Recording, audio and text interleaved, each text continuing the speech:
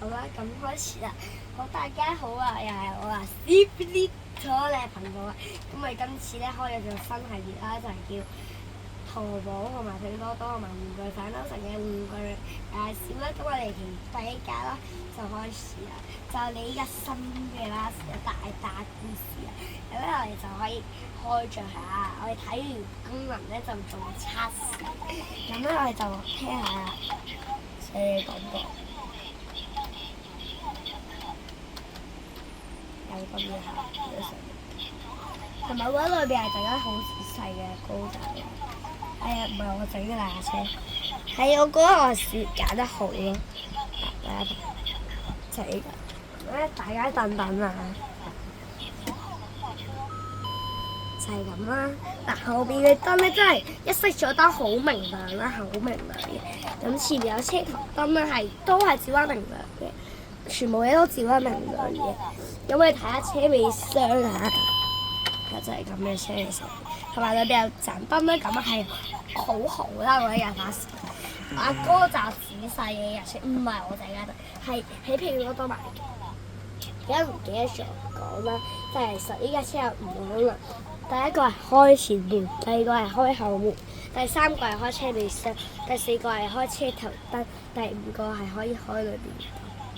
唔係，仲有第二個係開時，唔記得咗講。咁咧就係咁啦，咁開山水條。咁我哋咧就同大家睇下啦。其實3個咧，架車都係一樣咁美麗啦。咁我哋可以睇到裏邊，即係佢下面唔係好仔細，但係可以睇到一度有個開關，即係開呢度啦。咁我哋就睇下聽呢個廣播啊。係細聲咗啲嘢，但係希望大家會有聽到。咁我哋咧就會可以呢度嘅3門開3門啦。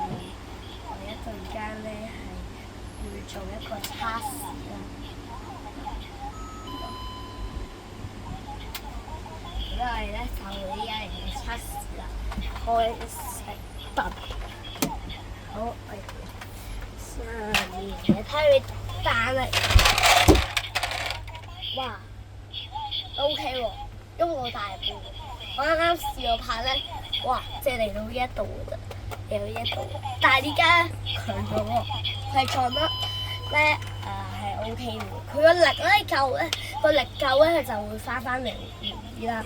咁我哋今日嘅介紹嘅頻道就已經係差唔多啦，呢一段片，咁希望大家中意啦嚇，希望大家有機會都有買啦。